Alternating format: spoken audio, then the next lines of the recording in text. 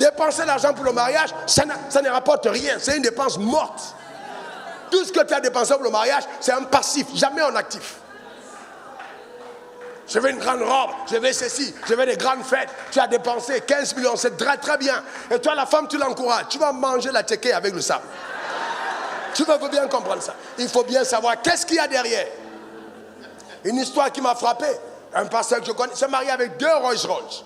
La blanche était pour la femme, la noire était pour lui. 2 Rolls Royce. Mariage pompeux.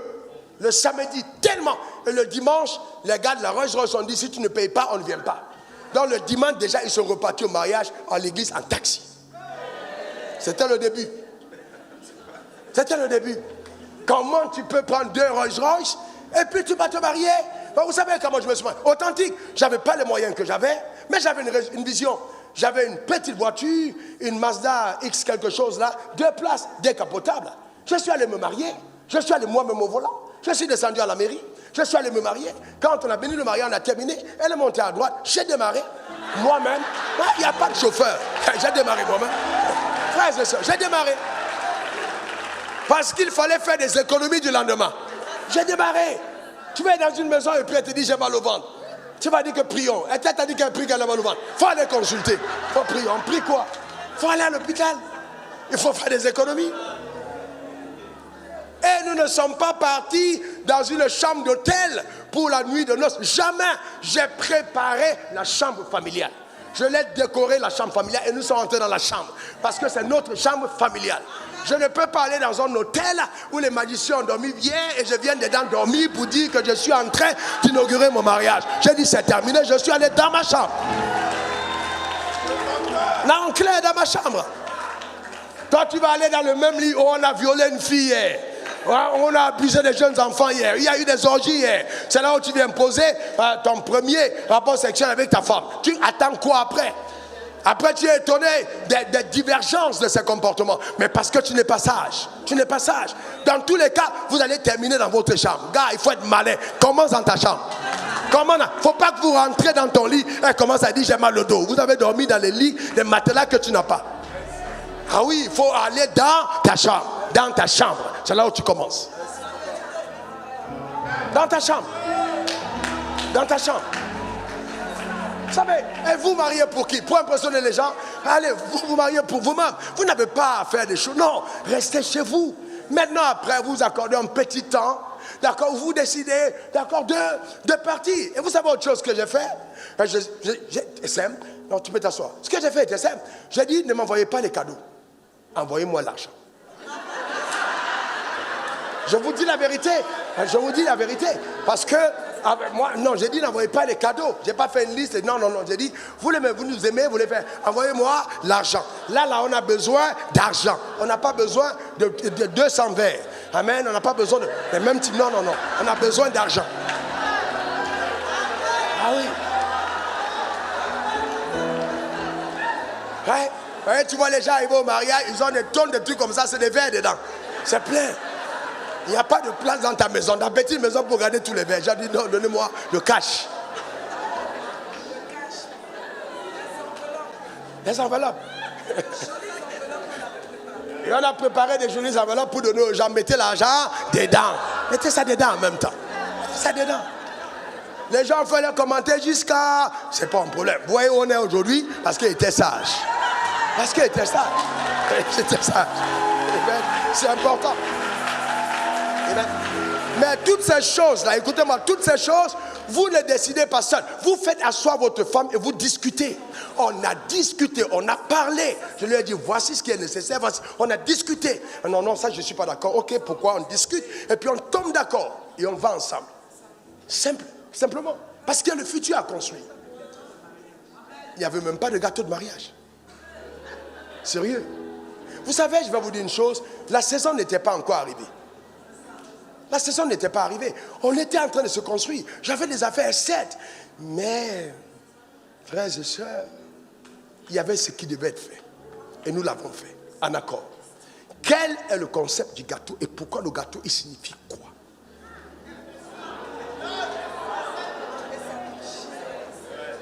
Pourquoi le gâteau? Comment est-ce que le gâteau est atterri au milieu du mariage? Quelle est son histoire? Est-ce que tu connais? Est-ce que tu connais? Est-ce que tu connais ça?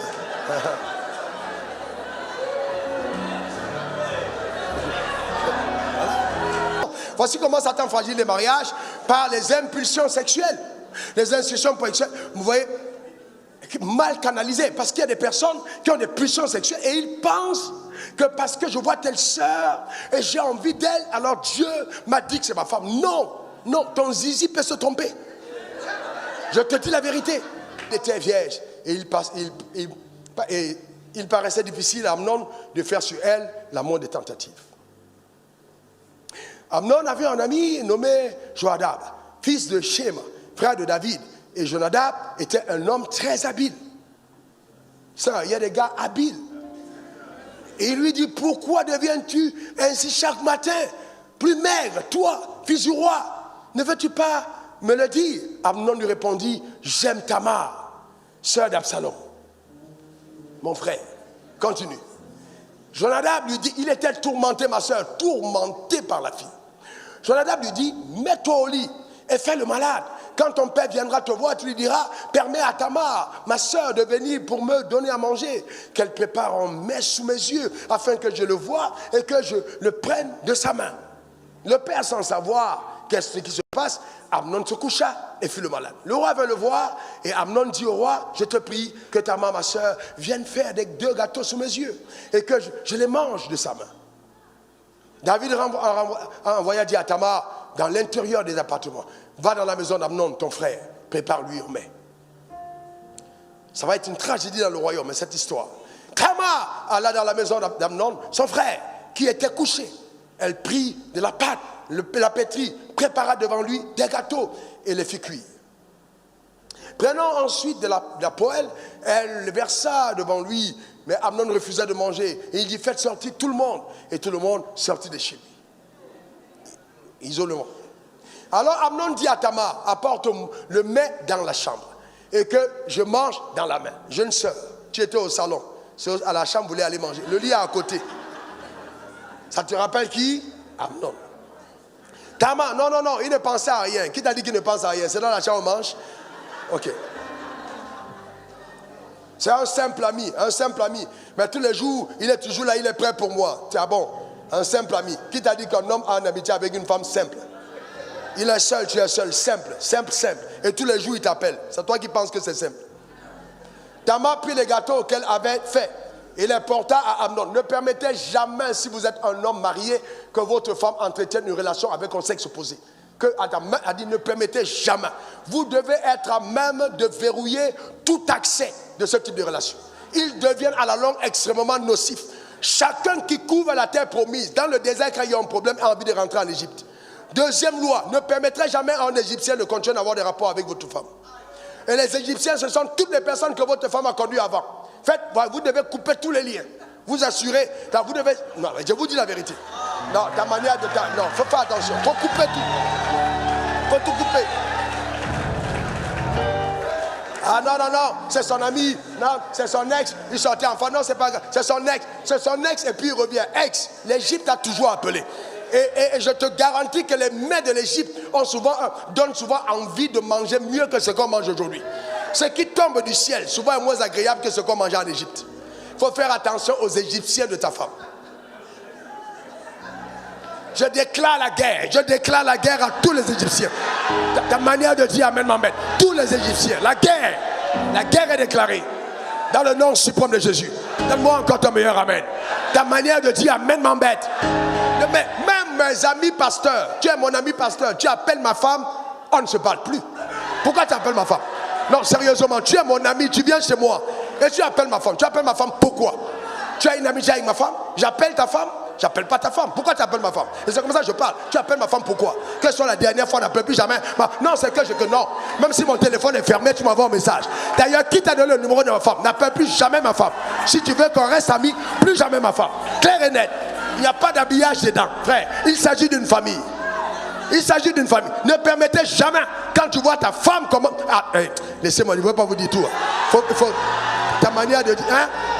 Faut faire attention. Faut faire attention. Faut faire très attention. Faut pas permettre ça. Amen. C'est aussi la protection. Il ne faut pas permettre. Il faut protéger. Quelqu'un dise Amen. Nous sommes l'époux du Seigneur, n'est-ce pas? Est-ce que Dieu ne nous préserve pas? Il nous protège. Oh, où est ta femme? Je ne sais pas. Comment un homme à 1h de la journée ne sait pas où est sa femme?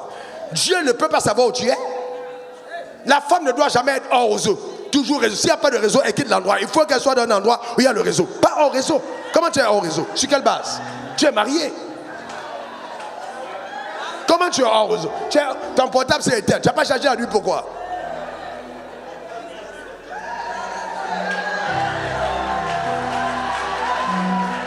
En fait, ce que vous ne comprenez pas, c'est que votre présence, en termes de fait de veiller, est une sécurité que vous apportez à votre famille. C'est le rôle d'un père.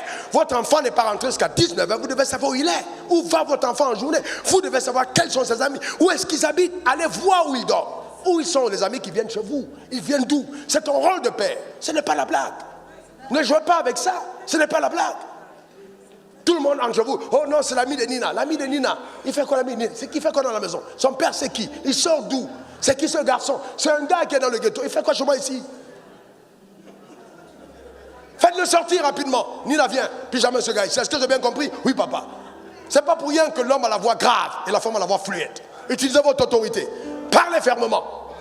Quand une femme parle au bébé, le bébé continue de jouer. Mais dès que l'homme dit hey, l'enfant s'arrête. Pourquoi? Parce que l'homme incarne l'autorité. C'est pour ça que la voix est grave. C'est pas pour gronder sur sa femme, mais c'est pour créer l'équilibre dans la maison. Quand l'homme parle, il doit avoir une stabilité.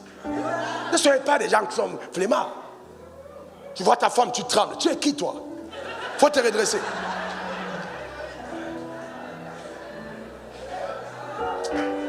Bon. Est-ce que quelqu'un comprend de quoi je parle? Bon, écoutez. Ah, j'entends quelqu'un dire non, non, tu passes au faux, il est dur. Non, il est dur. Est-ce que Dieu est mou? Est-ce que Dieu est mou? Si je suis Dieu, Dieu est comment? Continuons. Alors, Amnon dit à Tamar, apporte-moi les mains dans la chambre. Continuons. Alors, comme elle lui présentait à manger, il l'a saisi et lui dit, viens, couche avec moi, ma soeur. Elle lui répondit, non, non, mon frère, ne me déshonore pas, car on n'agit point ainsi en Israël. Ne commets pas cette infamie. Donc elle était éduquée dans la crainte de Dieu. En Israël, tu es mon frère. On ne peut pas faire ça, nous sommes frères. Où irai-je, moi, avec ma honte? Et toi, tu seras comme l'un des infâmes en Israël. Maintenant, je te prie, par le roi. Et il ne s'opposera pas à ce que je sois à toi. Par le roi. Va lui dire, va voir mon père, va parler, parle au roi de la maison, parle au pasteur.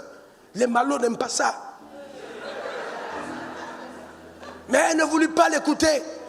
Il lui fit violence. Il la déshonora et coucha avec elle. Voici ce qui suit. Voilà le plus important. Regardez mes soeurs. Écoutez mes soeurs, regardez. Puis Amnon eut pour elle une forte aversion, c'est-à-dire un dégoût terrible, plus fort que n'avait été son amour. Et il lui dit, lève-toi, va-t'en. Combien de femmes se sont senties blessées après les rapports sexuels? Peut-être ce n'est pas la première fois, peut-être c'est la troisième fois. Tu appelles, il coupe. Tu commences à tourner sur ton lit et les larmes se versent. Tu ne le connaissais pas. Le drame, c'est que souvent, ça arrive même dans le mariage. Le gars, après les rapports sexuels, il a changé. Parce que je ne comprends pas. C'était une pulsion. C'était un démon qui l'avait possédé. Et ton image était l'objet de sa masturbation. Donc, il ne t'aimait pas. Il poursuivait quelque chose, téléguidé par des forces invisibles. Et dès que ça a été assouvi, le diable dit, mission accomplie. Continuons. Puis, elle lui répondit, ne mente pas en me chassant le mal que tu m'as déjà fait. Il ne voulut pas l'écouter et appela le garçon qui le servait et dit, qu'on éloigne de moi cette femme, et qu'on la mette dehors et ferme la porte après elle. Donc on l'a poussée dehors pendant qu'elle disait, me fais pas ça mon frère, et puis la fait bam. Combien de femmes, j'ai un message que je vais prêcher intitulé et la porte se ferma. Combien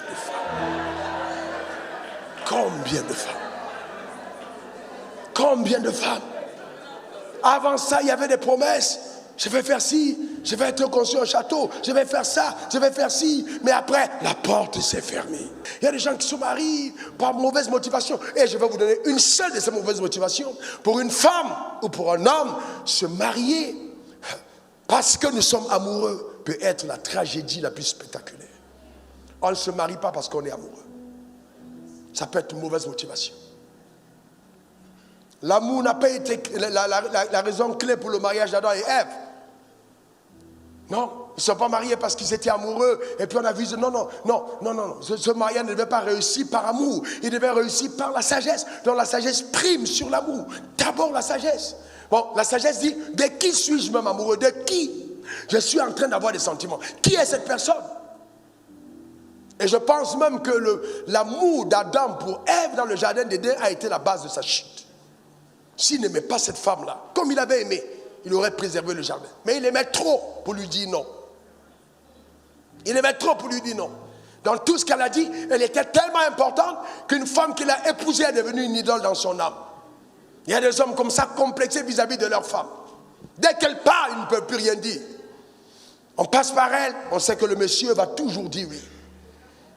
Proverbe 24, verset 3, c'est par la sagesse qu'une maison s'élève et c'est par l'intelligence qu'elle s'affermit. Il y a besoin de sagesse, pas simplement de faire bâtir une maison simplement parce qu'on est amoureux. Non. Et vous savez, c'est important d'avoir la sagesse. La sagesse. Quelqu'un dit après moi la sagesse.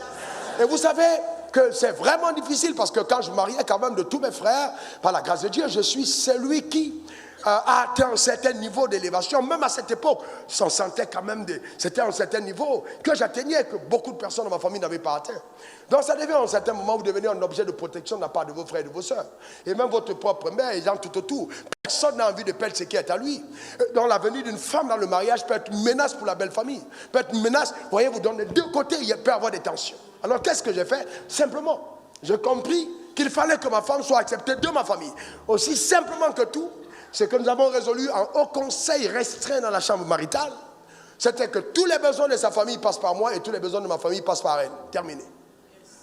C'est-à-dire que s'il y a un besoin de son frère, de sa soeur, de ses cousins et tout, c'est moi qui résous le problème. Et s'il y a un besoin chez moi, c'est elle qui résout le problème. À partir de cet instant, alors que tu veuilles ou non, tu es obligé de coopérer avec la personne. Le vrai problème, c'est que souvent, le manque d'intelligence des hommes, vous livrez vos femmes à vos mères.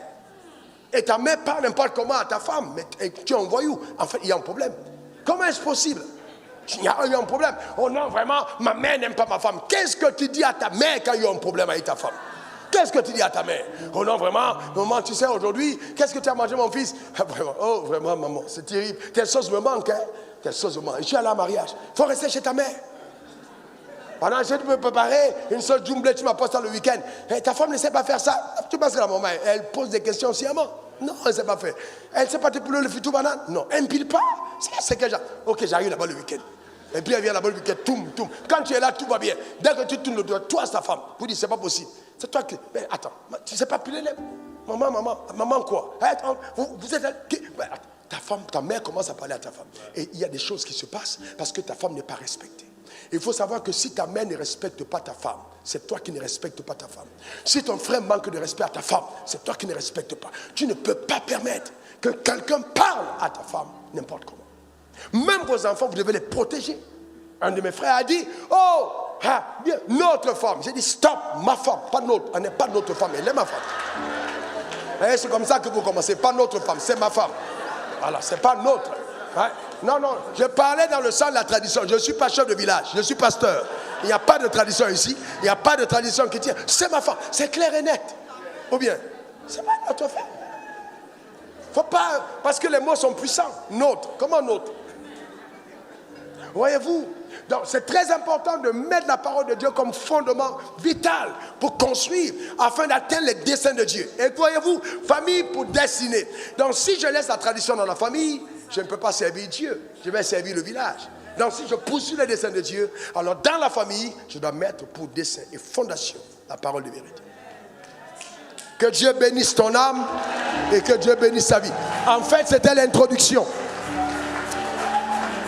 Et je sais que les personnes qui vont me succéder sur cet autel, mon épouse, la prophétesse Eliane et Maman Funke, pendant les jours qui vont suivre, mon rôle et ma responsabilité était simplement d'apporter l'introduction. Et à partir de demain, on aura des prières ciblées. Je vais prendre le temps de prières ciblées après chaque message, de prières ciblées demain pour prier pour les familles, prier pour les fiançailles, prier pour les mariages, prier pour les percées, prier pour le bonheur. C'est normal, c'est tout à fait normal. Que Dieu te comble et que Dieu arrose ta famille de façon visible et conséquente. Dans le nom suprême de Jésus. Donne-moi 3 bons amen. Lève ta main vers le ciel, nous allons rendre grâce à Dieu.